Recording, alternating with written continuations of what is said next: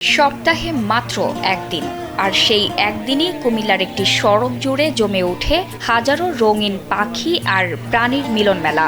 কবুতর থেকে শুরু করে বিদেশি পাখি, খরগোশ, রাজহাঁস সবই মিলে এক হাটে। ফলে প্রতি শুক্রবারই পাখিপ্রেমী ও ক্রেতাদের ভিড়ে মুখর হয়ে ওঠে কুমিল্লার দিদার পাখির বাজার।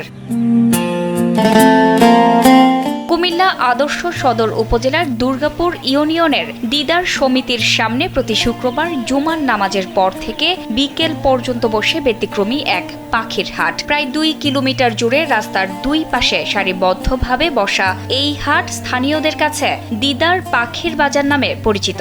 এখানে সবচেয়ে বেশি বেচাকেনা হয় বিভিন্ন জাতের কবুতর।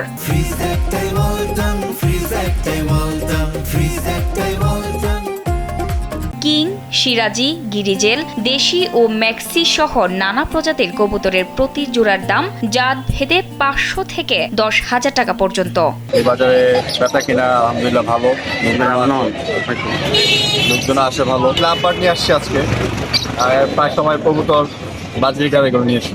আমার চাওয়া দাম 7, 7.5। কবুতরের পাশাপাশি টিয়া, ময়না, শালিক, কোকাটেল ও লাভবার্ড সহ দেশি বিদেশি নানা প্রজাতির পাখিও বিক্রি হয় এই হাটে।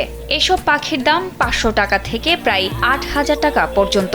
প্রতি শুক্রবার জেলার বিভিন্ন উপজেলা ছাড়াও আশেপাশের এলাকা থেকে পাখি প্রেমীরা এখানে আসে। কেউ নিজের পাখি বিক্রি করতে, কেউ নতুন পাখি কিনতে, আবার কেউ শুধু বিভিন্ন জাতের পাখি দেখতে ও তথ্য সংগ্রহ করতে।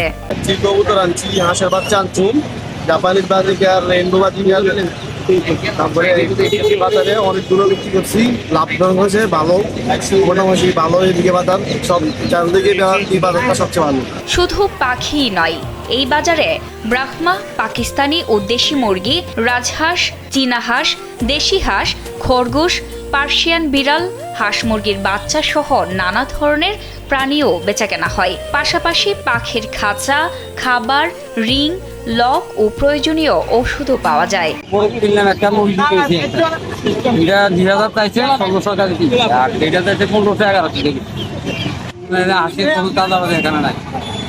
আমাদের গ্রামীণ বাজার, আমাদের নিজস্ব বাজার খুব ভালো আছে। মাঝে মাঝে মুরগি নেই, হাঁস নেই, দেশি মুরগির থেকে সব ধরনের পশু পাখি পাওয়া। বাজারে বাণিজ্যিকভাবে কেবল পোষা পাখি বা অর্নামেন্টাল বার্ড ক্রয় বিক্রয়ের সুযোগ রয়েছে, তবে অতিথি ও বন্য পাখি কেনাবেচা সম্পূর্ণ নিষিদ্ধ।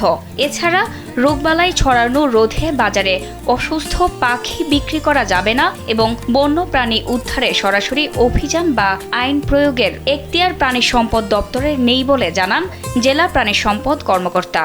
বন্য প্রাণী ধরা বা অভিযান করা এটা আমাদের এখতিয়ারের ভিতরে পড়ে না। এটা হলো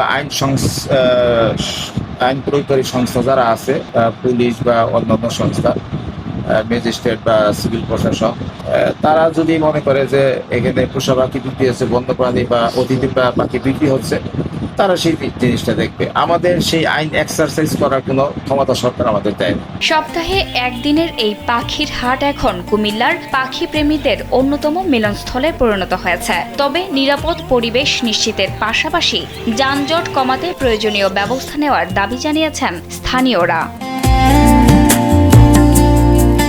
জান্নাতুল ফেরদৌস, কালবেলা।